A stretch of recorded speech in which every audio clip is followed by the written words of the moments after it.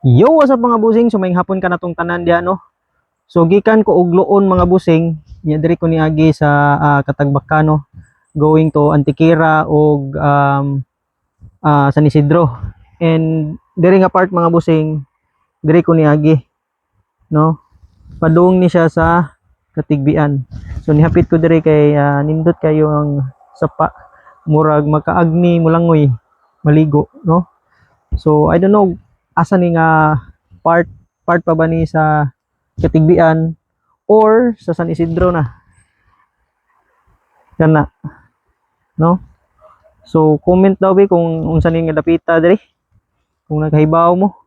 This is my second agi na nako diri mga busing nya kani nga rough road no kana mga naani sa mga bana-bana nako na sa mga 1 kilometer, more or less 1 kilometer ng rough road, and the rest gikan sa Katigbian padung sa San Isidro or vice versa gikan sa San Isidro padung sa Katigbian, mao ra ninyong magian nga rough road. Pero anindot nga rough road kay dili jud kayo siya batuon no. Para nako safe ra siya agian og sakyanan. Awa nya na bridge diri so far more nindot kaliguan diri mga busing.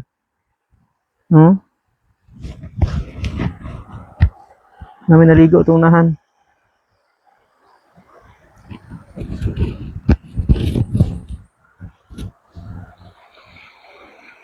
Nindot kayo. Pero kung nagplano nga moagi mo diri mga busing unya kanang uwan-uwan kay last time diri ko niagi uwan kay to. Actually dili kay siya uwan gikan sa Antiquera. Gikan mo kung Antiquera to. Taligsik ra dito pero pag abot nako diri arang bahaa. No, so dili siya recommendable nga or advisable nga moagi ka diri basta ting uwan. Kay moapaw gyud ang tubig diri sa pa. Nahugog ni balik ko sa agi. Dito na lang ko tuyok padong sa tubigon. Going to Katigbian. Kay perti man yung bahaa. Hinay ra ang uwan pero ang kusog sa baha grabe.